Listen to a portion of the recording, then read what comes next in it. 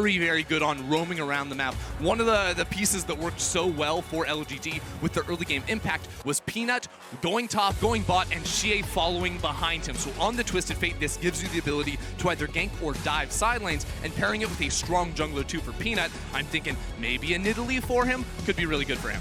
His Nidalee is incredibly strong. It's been taken away from him so many times, and actually you can see Rainbow7 saying, we don't want to give that across, we're going to take the Nidalee ourselves. We have had it confirmed that LGD missed their ban, either elected to not ban or just missed the timing window in which they can ban a champion. Yeah, usually I've been around that before, where you have teams that are in comms like, what do I ban? They search at the last second, typo, and they can't lock it in. So LGD dropping that one, but I do like this for Josedeodo. Nidalee is one of those farming junglers that still can make an impact when you pair it with lanes with strong setup. The Nautilus, they just go ahead and lock in there. That gives you that hard CC that makes the spears very easy to land, and if the spears are connecting, it amps all of your Cougar form damage. You're going to be doing a ton in those games. Going to team it up with the Nautilus from Shadow. Very safe support, pretty good in most matchups. There's only a few supports I would pick into it. Things like the Leona can be very strong. Of course, what about the Rakan? Can also, like in the lane, bit difficult, but his ability to get on that backline alongside the Twitch. Like, people are already saying, whichever AD carry wins Worlds, Twitch is the skin. We're going to have an Imp skin, and we're going to have a who knows skin. Look, I'm all about the Twitch coming back into meta. I also like picking the spot lane against Leza and Shadow. They played this and weren't able to take it to a win yesterday in their game. So now having a shot, and when you combined a Twitch plus a Twisted Fate, again, your gank potential, your ability to spring out on your opponents is very, very powerful. As you said, we did see Leza and Shadow bring it out earlier today. I know it feels like yesterday sometimes, and days are getting longer. We have 7 games today, trying to get them all in as Play-Ins looks to start wrapping up, in all honesty, like at least the group stage. We're getting through these games at a rapier pace. Now, we have seen the Ezreal locked in here.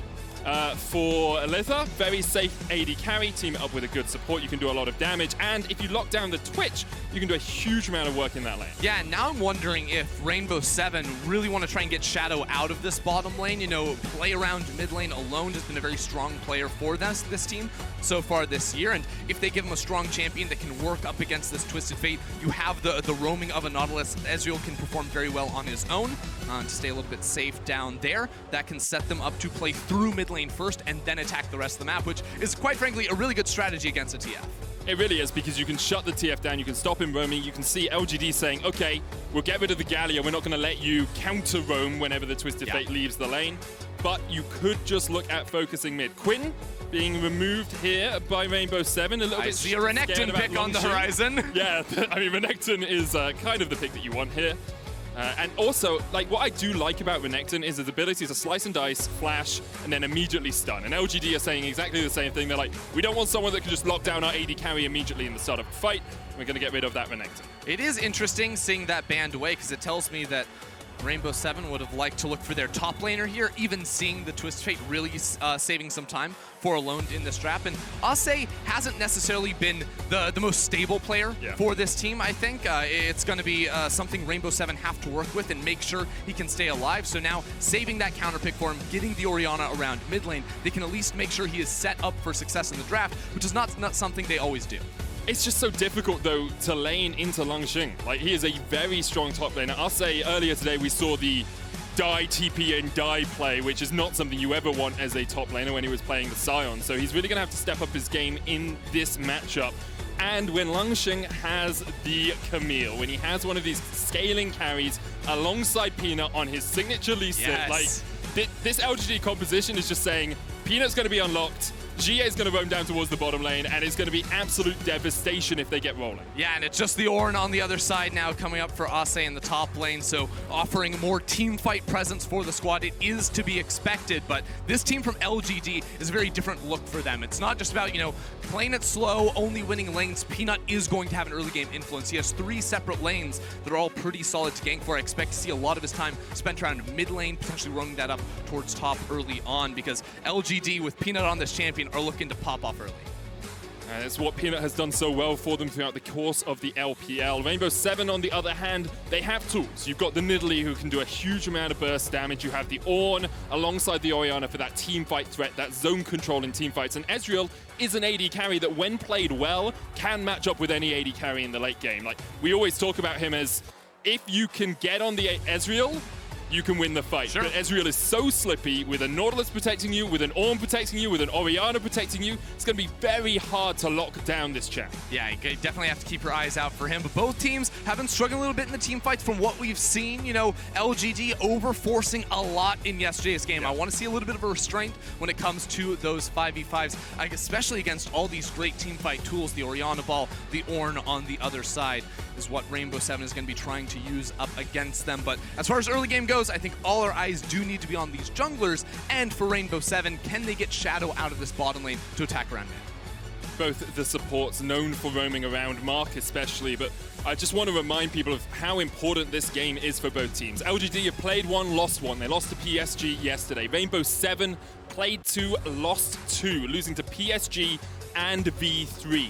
They only have LGD and Unicorns of Love left to play in the group stages, and they have to find a win from somewhere, because every other team in that group, apart from LGD, have got wins. So you can't hope, if you're Rainbow 7, that LGD just don't manage to win a single game in the play-in stages. You have to take your fate in your own hands, because otherwise you're going home before knockout. Yeah, you have to perform right from the start. Otherwise, there's no fallback pattern. There's no safety net. You know, it's 4 games, and you got to come out on top of those. Make sure you're not at the bottom. So these two teams competing today, LGD need to bounce back. Fans, I mean, the doubts are already starting to seep into people's minds about this team and about their past performances at the World Championship, but I think they have a lot of excellent tools to attack with in this game.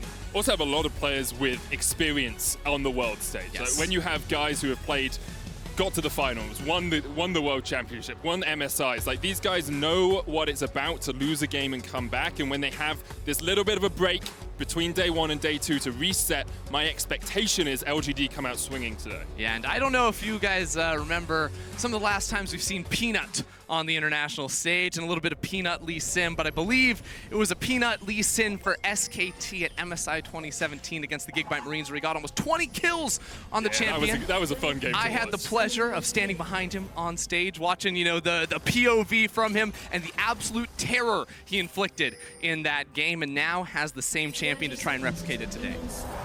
We talk about Peanut so often, his early ability to get his team ahead, to get himself ahead, and teaming up with Xiye, who's running the Unsealed Spellbook in this game, would just allow them so much freedom. Like, what I'd love to see is Peanut and Xiye looking for those skirmishes, switching over to that Ghost, switching over to that Ignite, get some combat summoners on your Twisted Fate, and you can get influence from the mid lane before you even get level 6. Yeah, you'll note Alone just rocking the cleanse on the other side. You do need to be defensive against this setup, the CC from Rakan too, with those roams toward mid, because while in draft you're saying Shadow can roam mid, Mark is the guy that doesn't play bot lane, he plays second jungle. You know, the man is always out of his lane, teaming up with Peanut to make plays around the map.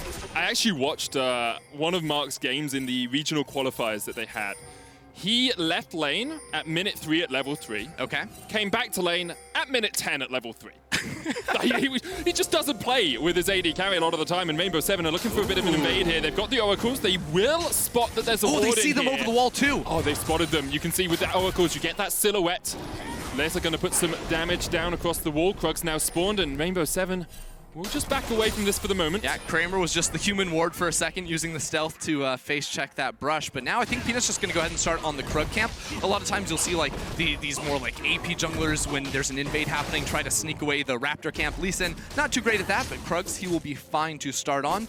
And with both junglers delayed, shouldn't slow things down too much. Yeah, it's one of those, because Peanut wasn't able to get onto his red buff, it's actually fine that Rainbow 7 failed the invade, or at least weren't able to get everything they wanted out of it. I will note Kramer has gone Cull first on the Twitch. We're seeing a lot more of this, as we said, on AD carries, because you get that life on hit rather than pure life steal. Yeah, and the other thing too that I think is pretty cool is Mark finds the jump. In. Level 2 for Mark already. The Ignite goes down onto Leza. Now, should just be able to walk away from this. Yeah, and I'm not sure if Kramer is taking cut down, but the thing when you start Cull against a Doran's, because Doran's gives you that flat HP, you actually are at a health disadvantage, which does give you a little bit of extra power when you take these early all-ins there with the Cull. Wondering how Mark got level 2 so quickly in that lane. So one of those small things that can really change a laning phase, especially as Rakan, because you have the opportunity to jump in and get that first knock-up when your enemy doesn't have mobility spell. Well, I do believe there was a ward that LGD killed, one of the ones that Rainbow 7 placed down on the invade, the zombie ward, I think. Which does give a little bit, but it's regardless, we shouldn't dive nice into move. the depths of it here. And there's a lot of other things we can talk about on the League of Legends stage today. So we see Langx just pushing in this top lane. Peanut did exactly this yesterday. Yeah, and look at this. Walking topside as Langx has this wave crashing set up already. Josedeodo is on the right side of the map, but still very far away with Xiye to follow. We were talking about this so much in draft. Xiye and Peanut teaming up. Now, Xiye did walk across the ward. Acce is going to try and get rid of as much of this minion wave as possible. Langx still tanking up the tower. Peanut goes low. One more shot will be enough. And that's the kill over to Rainbow 7. 1-for-1 in the top lane. Yeah, the turret damage ramp up definitely punishes Peanut there. Doesn't use his flash to escape, but still denies a few minions underneath that tower. And it's a great roam from Xiye. I mean, even some of the decision making on his Twist Fate is so interesting to see. He pops his cards very, very early in case Nidalee is around in the area, and then locks in the gold card at the last possible second, flashes forward to help out secure that kill onto Acce. Acce, yep. Apologize for getting the name wrong. Sometimes in the heat of the moment, you just read what you see on the screen. I have been practicing my pronunciations. Look, we have Acce, we have Ace, we have Shadow, it's just too much. Josedeodo? Oh, sorry, Deodo? Yep, that's the one. Correct. Yeah. He did tell me on Twitter we can call him Josecito if we wish. Wish as well. We'll keep that in mind as we check out this dive once again. I mean, everyone in the game knows what's happening for this one here. Langx has the extra shield he uses, but the flash forward and Peanut making sure he lands the Q. He definitely could have flashed out of that one, I think, over the wall. But regardless, will be a pretty solid dive at the end of the day with Xiye picking up the kill. Yeah, sometimes when the turret aggro juggles a little bit like that, you underestimate the amount of damage that's coming to you because you see it on the other guy. He's like, oh, he took a third of his HP, and then you forget that obviously it scales up for the first few shots, so you're going to take more. And it looks like just a slight mechanical misplay there by Peanut. He's gone back, got himself 2 longswords here on the Lee Sin. Yeah, now while Peanut was making that dive happen, Josedeodo did go ahead and invade the blue buff side jungle from Peanut, got both the Gromp and the Wolf camp, so has a couple camp advantage at the moment with the red smite too, which is very good for any sort of early skirmishing or even ganks whenever you go for those fights. So curious to see what he can get done, but of course there was a deep ward placed by Mark on the Gromp camp that he's just now clearing away that will reveal his position. It does mean that Josedeodo does have about a level advantage in terms of experience. Peanut has gone over towards his wolves, realizes that they're not available, so he's going to be quite far behind in XP. Yeah, I think Peanut's going to try for a Raptor invade right here. You see Xiye has mid pressure, so there's not really a gank opportunity around mid, but he wants to find Josedeodo with the pressure from Xiye coming around. Alone just hit level 6 as well. He's going to come in from the side. The smite goes down. Peanut, I believe, secured the big razor beak there.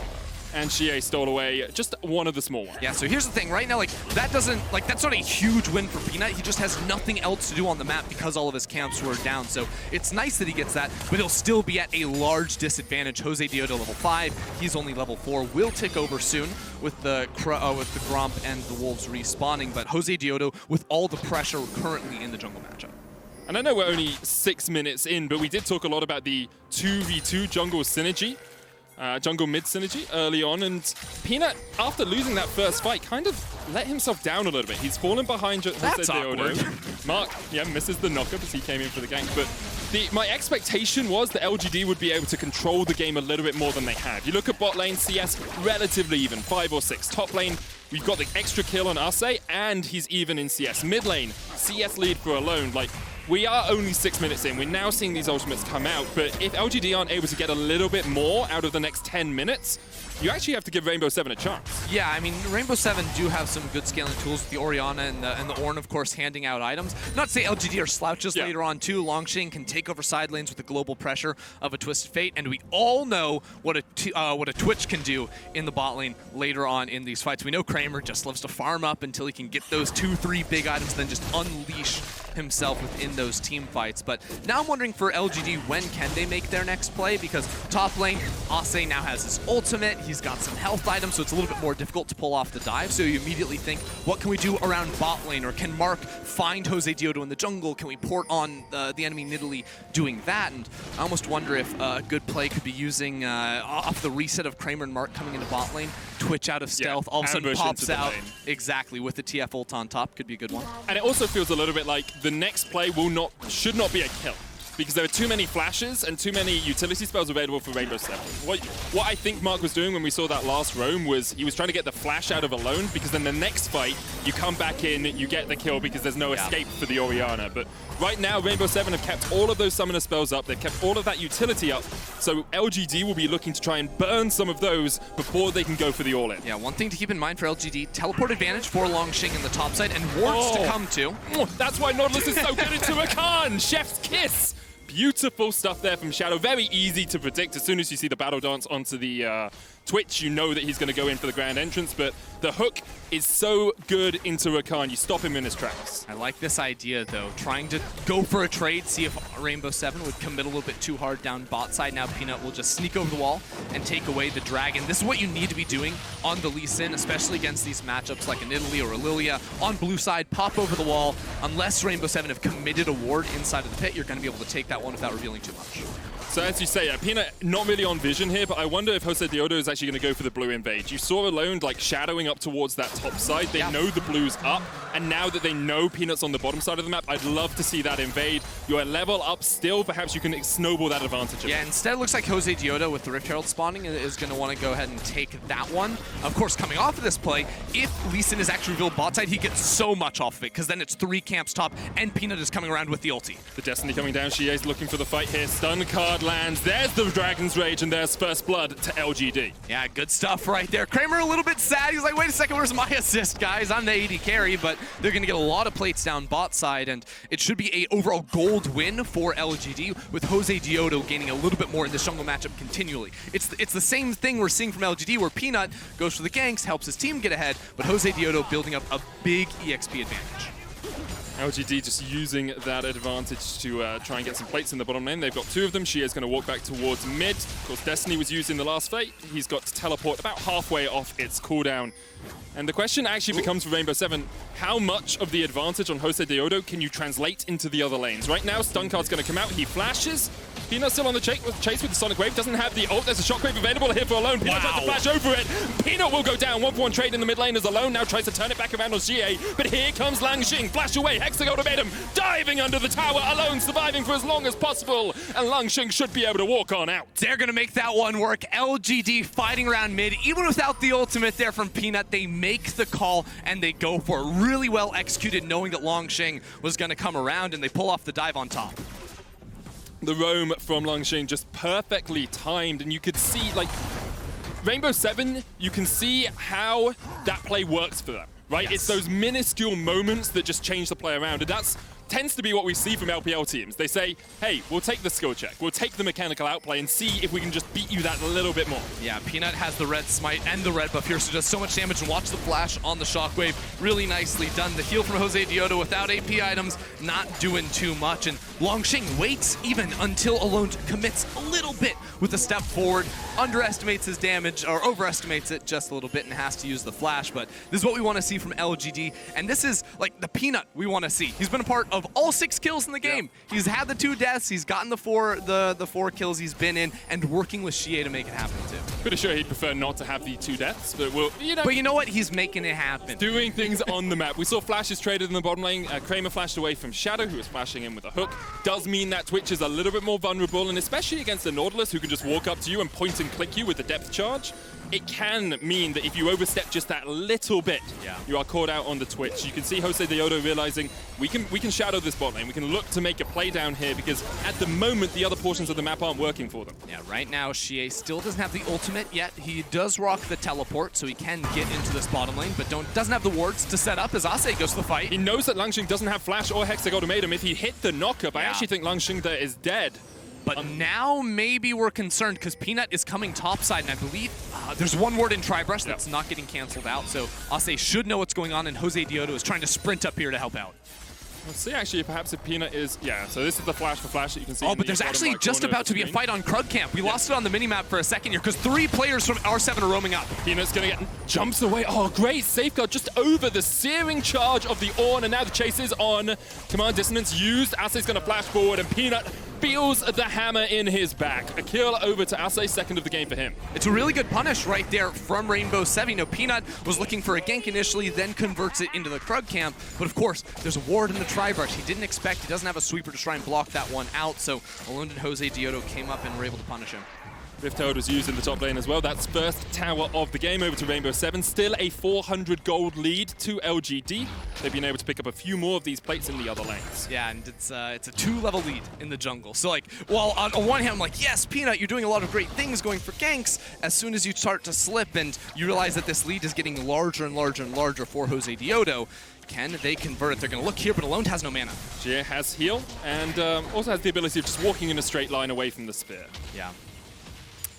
Easy. Yep. Not even close. Just whiffs right by his ear and he will walk away. And we do come back to that question, Ender, that we discussed earlier on, which is, can Josedeodo translate his lead into a team lead? Because right now, Acce is ahead in the top lane, right? Like 2 and 1, he's got the Sunfire Cape complete. Mid lane, you have to give it to Xiye. He's got 2 items, he's got a Rod of Ages stacking up, he's on his way to a Lich Bane. Bot lane, I think Kramer has a slight advantage, but it's relatively even, right? Just in terms of CS. With the CS and the turret plates too, I actually think Kramer's in a really nice spot on this Twitch. The only one really on Rainbow 7 that has a sizable lead is Josedeodo with this 30 CS and the extra experience he has gained. So the question is, can he take that and funnel more gold into his Orianna so she can carry, into his Ezreal so he can carry? Well, they're going to start with this play around Dragon. I think the best news for Rainbow 7 would be if LGD tried to fight them at this spot, because as you can see, Langx going topside, no TP. Peanut wants to fight Alone. There's the Destiny coming out as well. Here comes the quickness mark, flashes in, Destiny Gate used, and Alone almost falls, doesn't get the shockwave off in time. Josedeodo forced down towards the bottom side of the fight. Acce's coming in with the Call of the Forge Guard. The Ram finds its mark on Xiye, who locks in another gold card, then pops his stopwatch mark, jumping back forward. Josedeodo looking at the spears across the wall. Just trying to get that chip damage in, but right now LGD are able to get out with a single kill. Look, it's supposed to be a numbers advantage fight for Rainbow 7. They had the TP advantage, but LGD find the pick, so they actually had this brief window where they could punish, and then a couple of mechanical failures for Rainbow 7 give LGD the kill, and now they're going to be potentially able to fight over this Dragon while Langx gets a free lane topside. Langx will be looking for that tower. Plates, of course, have fallen off now, so won't get all of that extra gold. And actually looks like LGD are going to give this one up. Second Dragon of the game, not vital. It's only a Mountain Drake. It's not going to give you too many stats. Only really the Ornn benefiting a lot from that extra armor and magic resist. And it's going to be an Ocean Soul here, and both teams will be eyeing that hungrily. Definitely. Wow, look how far ahead Xiye is here, too, on the TF. Of course, gets a lot of bonus gold from the passive, but with his... no, I mean, of course, the roaming is the big deal here. 3-0-2 at the moment. And now, Josedeodo, I do like this play. Like, Herald is one of the ways you can convert some gold into the rest of your team. And they see the duo bot side from LGD, so focus these early objectives now and maybe convert that into a mid lane tower. Acce should be fine underneath the tower. It's getting chipped away, but that last minion will fall. Mark has the Battle Dance just to dive back onto Kramer, and they will walk away. There's the Rift Herald, as you say, 16 minutes in. No plates for it to take, but mid lane usually is the place we see the second Herald used to try and crack that open and give yourself just that little bit more flexibility in how you position around the map. Yeah, I'm like, I don't know if this TP from Xiye is going to be able to stop this push on with the Rift Herald. He does get the minions, and actually, Rainbow 7 are backing away, so it will just take this turret very, very low, unable to actually finish it off. I mean, Xiye is ungodly scary right now. Like, he's a Dark Souls level boss. Lich Bane, Rod of Ages almost completely stacked up. Wonder if he'll go towards the Zhonya's Hourglass next. I think it would just give him that little bit more protection. He already has the stopwatch that he's used. So I would love that as his next itemization, because after you get that initial burst in, you also have a Twitch, you also have a Camille. Like, even if Rainbow 7 are able to kill Xiye on this Twisted Fate, they have to deal with a lot of other threats. Now here we go, fighting the top side. Acce Ultimatum used on Alone. There's the shockwave. Here comes Josedeodo. Xiye gets the stun card onto Josedeodo, and now Xiye's going to try and trade back onto Alone, but can't quite get the damage down. Wow. Look, what? That was just an empowered auto attack. That's a stacked deck. That was rough, and he switched over. He has Exhaust and Heal while no one's bot side, so Rainbow 7 losing a lot there. I mean, one more thing. Xiye, can he find it? He's looking for it. Stop. The stun card comes out. Josedeodo flashes forward, gets the heal, gets out. that was an interesting mechanical series of plays, but we give him credit for getting out. Yeah, I'm like, I don't know if it was mechanical or maybe we lost a couple frames in there because Josedeodo looked like he was blinking out of there, flashing 3 times to escape. Did get the heal off at the end, but one thing I do want to bring up is it is Dark Harvest for this Nidalee, not the Conqueror, which you sometimes see, so it's a little bit worse in these extended fights and a little bit more focused on the poke, which means, like, you can't really get down and dirty and going for the Lichbane's second item against all the hard CC when there's Camille ulti, there's Twisted Fate, there's Rakan. It's so hard to actually have influence in these fights outside of the Qs. Alone is all by his lonesome here, and I'm sorry, man, but this bottom lane looks like it might be your... Wow, okay. Like, that's a great shockwave. It was a really good shockwave. I think Langx pulled the trigger on his E a little bit too early because it interrupted that E, the second part of it, so... Langx will be unable to finish off that kill, and Alone gets away with murder. He didn't actually kill anyone. Yeah. Gets away with more than he It's pretty sus. should have. It's pretty sus, let's be honest. But I will say, like, you just can't be in a side lane like that right now. That feels like he's just overpressed, he's pushed a little bit too far. He's very fortunate to get out of it, especially considering he doesn't have flash, but you have a Twisted Fate on the enemy side. You've got a Lee Sin and a Camille who are very flexible in how they can roam through the jungle, and without vision, you cannot be farming side lanes like that as an Orianna. Acce can do it because he is an Ornn, and it's very unlikely you can kill him quickly. The rest of the team can react. Now, there's a minute and a half on the next Ocean Dragon, on the first Ocean Dragon of the game here, and gold lead relatively even. LGD do have about 1,500 gold lead, but at the 18-minute mark, that's nothing too substantial. It's still a good lead, and a lot of it is sitting on Xiye in the mid lane. Yeah, that being said, I mean, Langx has a Trinity Force, Kramer looking strong as well. Peanut's just getting perma-denied. Here we go. Kramer unloads. Spray and pray coming out. Leza's going to flash away, but Xiye is on the chase. Goodbye, man. That's just... You can't do anything against that as an AD carry. Yeah, but this is the combo I'm talking about, right? You think you're solo in the lane, and then out of stealth comes the Twitch. Now comes the Twisted Fate. You can do similar things with the Camille in the range she can engage from, and that shockwave is nowhere close. Yeah, just whiffed by quite a way there. Peanut flashing the Genji. Of course, we'll see them later on in groups.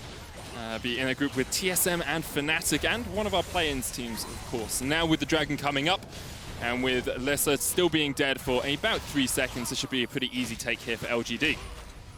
Yeah, should be no problem, and Kramer gonna get that kill. And I think that one of the things I've been seeing Kramer do is like stealing away jungle camps from Peanut. So Peanut's losing CS to Josedeodo, he's losing CS to Kramer, but those are the champions you want to be super, super fed. The Runans now does come in for the Twitch too, so they're maybe gonna wait on his ultimate before looking for a full-on fight, but I don't know. LGD are really strong right now. I mean, Rainbow 7 are being very aggressive. Look how far they pushed into this jungle. They're trying to deny LGD from being able to get to this dragon. And LGD, you could take this fight. You've got Dragon's Rage, you've got Hexagon Ultimatum. You haven't got the Destiny or the Spray and Pray, but you still got the quickness, and you've got that flash on the Rakan as they look to try and get into the river. This dragon might be gone before they can even get there, though. Josedeodo is going to be able to secure it here for Rainbow 7.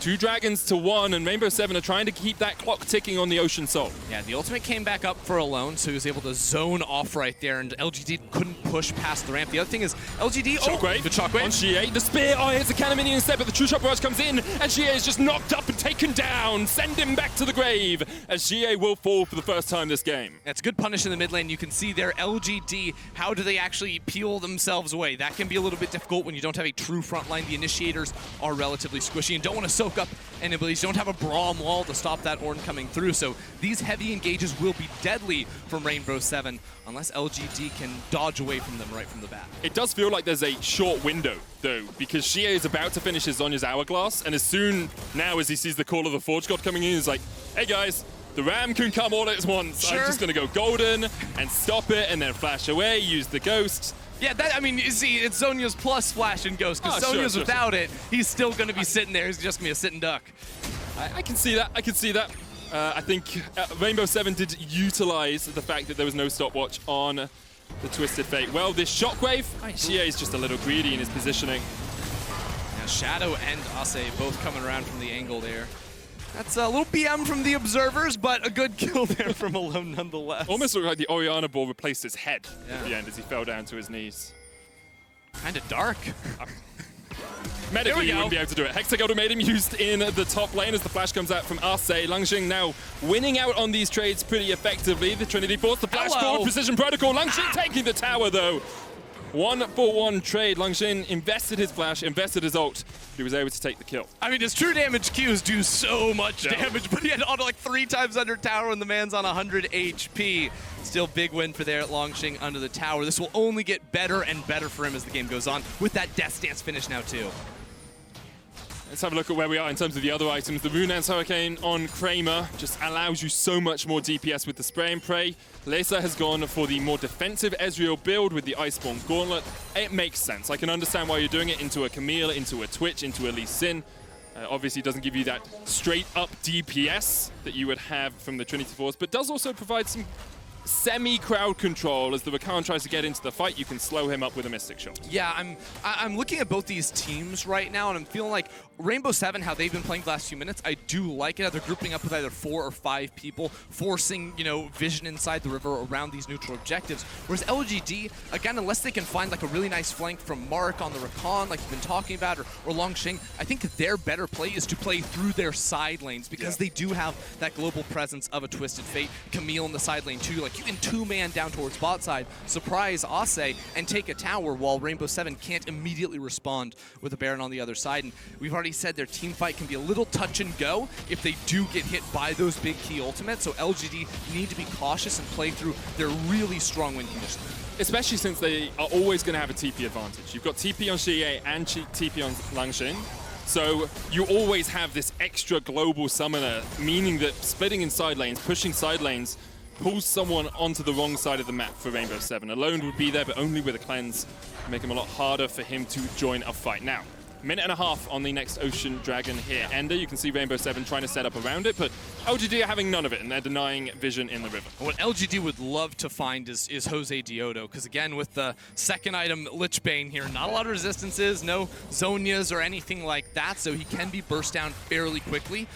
As Kramer zeroes in on finishing off an Infinity Edge in the next couple minutes too. That'll be big for him, but I mean, LGD, the other targets are just not easy to jump onto, as Leza's going for a Death Dance, and Alone has the Zonias very early on into the game, so all of these tools can be used to buy time for all 5 members to collapse on the area.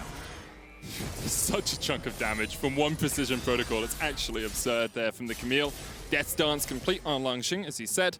And you can see Alone pushed out top lane. Xiye is going to answer that by pushing it back in, but Alone needs to be down with his team so that they can fight over this next Ocean Dragon. Yeah, but this is probably where either Acce would go up top lane to pick up CS, or they just say, you know what, stick around here, we're going to all in around this objective. And Xiye can't keep pushing topside because he doesn't have perfect information on where R7 are playing. He also switched away from the teleport, so he needs to be in Destiny range. It's obviously not entirely global, although it can get you quite a way across the map.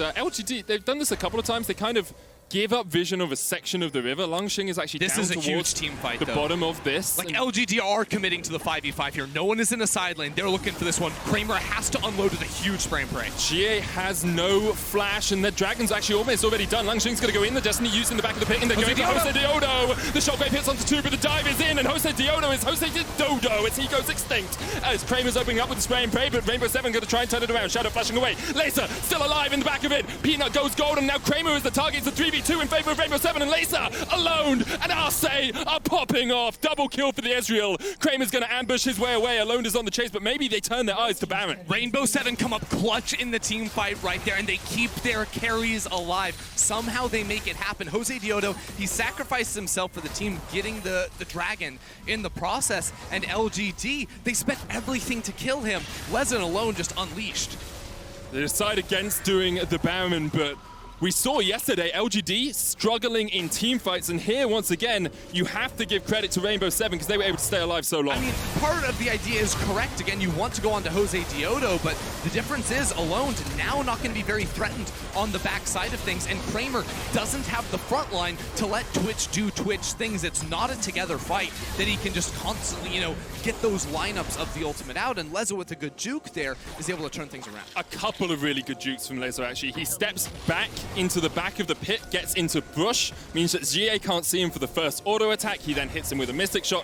Then he dives away from the Sonic Wave Resonating Strike combo from the Lee Sin. So do have to give a huge amount of credit to Leza there, surviving through the entirety of that fight. This is just, it's so good for Rainbow 7 because now they say, hey, in 3.5 minutes, that's Ocean Soul. You thought teamfighting us was hard before. Well, after it'll be even worse. So LGD, by forcing the 5v5 on the third Drake for Rainbow 7, have now, you know, condemned themselves to forcing on the fourth. And they can't actually play that side lane strategy unless they're willing to give it up. And I'm not sure that's a viable thing to do against a team with so much engage options. You know, they can just force on you. Death Dance now complete on Leza. You can see 3 items as well on Kramer: Infinity Edge, Blade of the Ruin King, and the Runans.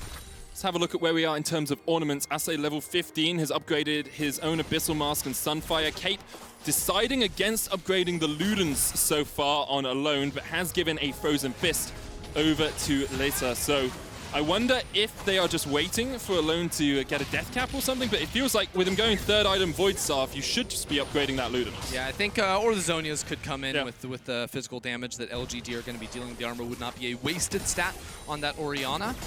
But now, I mean, LGD, the awkward thing about how they're playing the map now is they are spreading out to all 3 lanes. So this setup is going to basically force them into a position where they can't make any proactive plays. If you're going to look for any sort of proactivity with a composition like this, when you are at a bit of a deficit, I mean, they're ahead in gold, but in terms of like R7's control of the map and how they've been able to force a lot of plays, it's not like LGD can just put Xiye next to Langx, because those 2 champions are the ones that can take over a side. I think something we often forget is players can't see exactly how much gold is on the board. Sure. Right? And a lot of, like, the mental game in a game like this is who has the momentum, who has been winning those last few fights. Like, you look at it, you say 2 towers to 3, 3 dragons to 1, equal kills, maybe slight CS discrepancies here or there, like 20 here, 20 there, but there's a 60 difference for Josedeodo in the mid lane, in the jungle, sorry.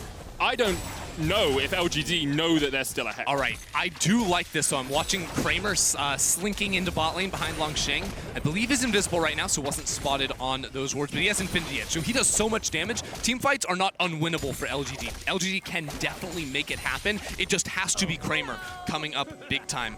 So if they don't find a play, Alone does give respect over to any sort of potential fight from LGD. But when these neutral objectives are down before Rainbow 7 is willing to force, here we go. Shockwave going in, Langxing's gonna dive away with a hookshot wall dive. Josedeodo still on the chase. The spear missed originally. Alone going in as well. Josedeodo trying to get forward. The True Shot Barrage comes out, flash away from Langxing, but that is a big summoner burn for the upcoming fight. 1 minute on the Ocean Dragon. Kramer's flash will be just about off cooldown. The question is, will Langxing be able to get onto the backline without his flash in the next fight? Yeah, we'll have to go ahead and see, because I think Rainbow 7 have done a great job of playing in the lull times between dragons spawning up. They have not given opportunities to LGD to attack them in side lanes, and now finally 30 seconds before it spawns, they are grouping up. Acce is level 16, can teleport into this fight if needed. And LGD, they do have wards, but will Mark be able to find a flank position on this Rakan? It's going to be hard with a lot of the vision that Rainbow 7 have been able to set up. It feels it really comes down to the next fight, and I just want to remind you guys, like, LGD, Kramer, Josedeodo goes in, Kramer's alive! Survives! The Nidalee can't get onto the backline quickly enough now, the jungler is down. Rainbow 7 saw their chance, saw their opportunity to splat the rat, but the rat fought back as he got the kill. And now Rainbow 7, they turn their eyes towards the Ocean Drake. No Summoner Spellbook means no smite on Rainbow 7. Peanuts looking for the flank position. They're going to try and burst it out. An Ocean Soul will be so big for them, but Rainbow 7, is this perhaps a little bit too greedy as the Call of the Forge God comes down? Kramer has flash. Peanuts in the back of the pit. He dives forward. The shot. Huge shockwave! He gets it! Leza secures the Dragon and the Ocean Soul alongside, and now Mark is dead. And you can see the Hexagon Maiden coming up from Langxing. But Rainbow 7 from the Liga Latino America are turning it around on the LPL's 4th seed. Kramer doing what he can, but Langxing's already fallen. Peanuts down. Xiye with the stun card across the wall. Xiye just about surviving. Alone going forward. We saw Leza fall as well, only Kramer left alive. But Rainbow 7, 0-2 against the LPL. Secure the Ocean Drake. There is absolutely no fear from Rainbow 7 against the LPL representatives. They lose their junglers. They're in a 4 versus 5 situation, and they say, forget that. We're going to fight the dragon anyways. Leza gets the steal against all odds. How does it even happen here? With the Shockwave burst down, it was an 801 second a spike came in and he figures it out somehow in the heat of the battle. In this fight, Kramer, he doesn't have his ultimate, so a lot of the AoE damage is not there for LGD. It is still a close fight because it's a 4v5, but Alone comes up clutch, and now we're on the Baron. Mark has the quickness, he's looking to try and get in. Acce stepping forward, Josedeodo is going to secure the Baron, and if Rainbow 7 can get out, there's 5 Barons left alive. Langx trying to have something to say about this as Kramer steps forward, but it's a 4v3, and the hook comes down on Langx. Has now been locked in his own Hexagolden Maiden. Acce knocked up by Mark as here comes Xiye with the red card, only hits Acce. And Rainbow 7 do what they should do. They do not re-engage, they back away. They have Baron, they have Ocean, and the LPL's 4th seed are looking 0-2 in this group. And they still have the toughest teams left to play. They've still got V3, they've still got Unicorns of Love. Remember, you have to win a game in your first 4, the single round robin, the play-ins, to stay in the tournament. Rainbow 7 came into this match 0-2 down. They had 2 games left to play. They had to win 1, and they're in a position to do it against LGD and the representatives of the LPL. What a turnaround for Rainbow 7. Like, I cannot express just how commanding they have been in some of these fights, their ability to turn fights on their head, their ability, as you said, Ender, to have no fear, to give no damns who they are playing against, and now they are knocking on the door of LGD. First inhibitor is going to fall. The Baron buff remains for 1:40 seconds. There's absolutely nothing LGD can do against the onslaught from Rainbow 7 inside the base. The one saving grace, the side lanes are not set up, so they will just lose the inhibitor and try to hold on. But this is a major swing for Rainbow 7 because even after all of this, you say they win some fights, they secured the Ocean Soul on top of it all. Alone is going to be finishing off for Rabadon's. He waited, he said, don't give me the upgrade, I'll say, I want the big money on that Rabadon's Death Crown finally. And now they're going to push down top. Peanut and Mark are on the wrong side of the map. Rainbow 7 looking to break their second tier 2 and maybe even step forward to the inhibitor. They still have a minute left on this Baron. It looks like they will settle for the turret. And with it, they basically even out the gold. Like 1,000 gold difference really doesn't matter right now. It's absolutely nothing. GA finished on Leza. Rabadon's, you have to expect, is going to be complete on Alone as soon as he picks this wave in the bottom lane. 3 items on Acce. He's got a Bramble Vest to top it off, and as Kramer rattles through with the spray and pray, he will be taking that extra DPS, reducing the healing coming out as well. Rainbow 7 in an excellent position, but LGD recognize that the next fight at the Elder Dragon will likely seal the fate of this game if it does not go their way. They finished the Mortal Reminder on Twitch, and Xiye has the Sorcery Elixir. He needs that instant boost of damage within a fight, and they need to find the right answer within these. Again, in the last fight, we saw Kramer fighting without his ultimate. That is a huge reason why they did not have the damage to cut through Rainbow 7. He should have it in the next one. He'll have his flash, he'll have his heal. He is the late game carry for LGD. They have relied on him time and time again throughout the LPL, and once more, they're going to have to do the same. I just can't express how incredible it is to see a team of 5 players who have never been on the international stage compete with Peanut, compete with Langx, compete with Xiye, compete with Kramer. Like, this team, Rainbow 7, is a mainstay of the LLA, but those were names like Xiye, the best domestic player in the history of the game. Those are names like Oddie, like White Lotus, like Genthix, like Jiro. These are guys that we knew, and now Rainbow 7, 5 new players taking look at this it to the pick. LPL as they look for the pick. Leza's going to get called out by Mark. Kramer with Blade of the Ruin King. Leza does have flash, but he's not going to use it. And the GA comes down, Leza head in his hands as he realizes perhaps he's cost his team the game. He tries to trade back onto Xiye, the exhaust is used. They're just delaying and delaying and delaying. They want to make sure it's so smart. that the Elder Dragon will spawn while Leza is dead and Kramer is dominating now. It's so smart from LGD, leaving him alive, because now his respawn time will be the exact second that Elder Dragon returns onto the map. So he has to get that long walk down into River to make it happen. But even more than that, he had just finished a Guardian Angel. Yep. He now no longer has that ability. You see, he has an Elixir of Iron for the extra HP in a fight, and LGD, maybe they can find the 5 versus 4 before he even spawns. Xiye doesn't have the Destiny, does have Flash and Teleport. So Langx has the same. And LGD now have control of the river, and Elder Drake is not one you can give up. Peanut takes a big chunk. 16 seconds on Leza. LGD overforced in the team fight, especially around Dragons in yesterday's game. This game is going to come down to this Elder Dragon. It's spawning in 5 seconds, and LGD must be able to find their mark. Xiye's in top lane, but he has teleport if he wants to come into the pit. Josedeodo and Alone looking for that shockwave, looking to try and dive in. Kramer steps forward, looking for the spray and pray. Acce jumps towards the back line, but the shockwave is incredible! And there goes Twitch! And now Leza can join the fight. Xiye is looking to push in the mid lane. The Call of the Forge God coming out, and this should just be the Elder. Rainbow 7, there was a mistake. There was a momentary lapse from Leza, but Alone is not willing to give up the game. Every single fight around this dragon, Alone Shockwave has been immaculate. Multi-man, 3, 4-man, right there. It's only one, but it's the one that matters most. Kramer is deleted with 6 items, and Rainbow 7, they have the Elder leading into the Baron buff. It's 30 seconds away. Rainbow 7 have everything they need to take down the representatives from the LPL. And we should take a break, we should take a breath, we should take a moment, because right now we have 20 seconds, 30 seconds of breathing room here, Ender, before once again we dive into a team fight. Once again we dive into a moment where Rainbow 7 can surprise. How does it even happen? Kramer unloads 2 autos, and from the fog of war, Alone instantly deletes him. He does not react quickly enough. LGD will be unable to contest this Baron. And yesterday you could have said it's day 1. PSG looked way better than we were expecting. LGD, you cut them some slack, but LGD fans will not cut this team any slack. Losing their 2nd game against Rainbow 7, you have to, you know the fans will not give them any leeway whatsoever.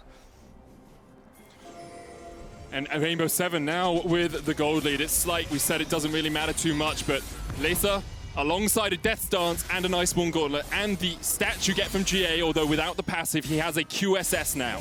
He trusts himself to survive long enough in a fight to do the damage. He doesn't need the damage items. Usually you'd see like a Blade of the Ruin King or something by this point, but he does not need it. Rainbow 7 looking for this inhibitor in the mid lane. Of course, they've already taken it down once this game. Mark going for the flank, and there are actually not that many flank wards here for Rainbow 7. They have to watch their sides, because otherwise an engage from a Rakan could be devastating, but they're just forced back. They're forced away. They're still fighting. How far do they want to go? There's an Elder. All you got to do is catch someone and get them down below 20% HP.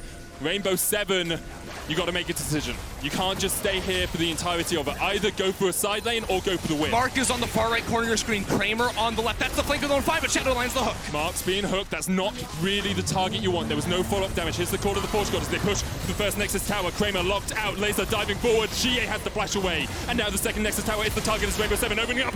Smited by the gods of the Elder Dragon. Peanut goes down. Mark should fall shortly after. It's a double for Leza. He's looking for more. Langx diving in. The shockwave coming out. Josedeodo gets one. Leza pops the stopwatch. And this is it. Rainbow 7 take a flipping bow. That was beautiful.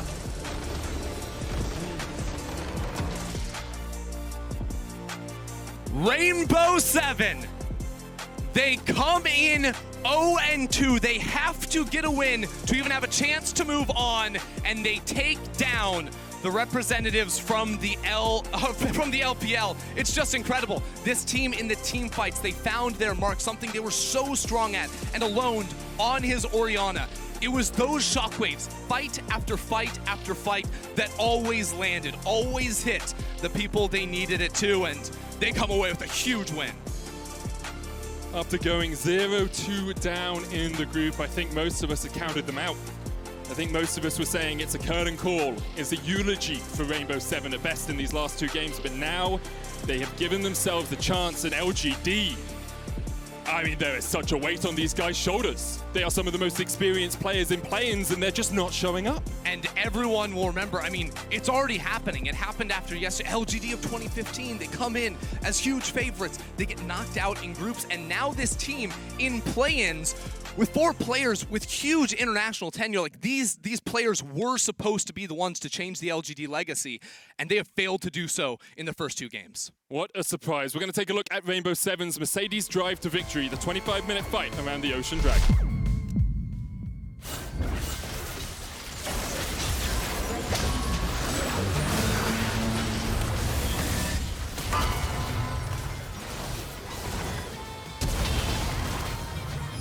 See, obviously, Leza in such a good position, diving in and out of that bush.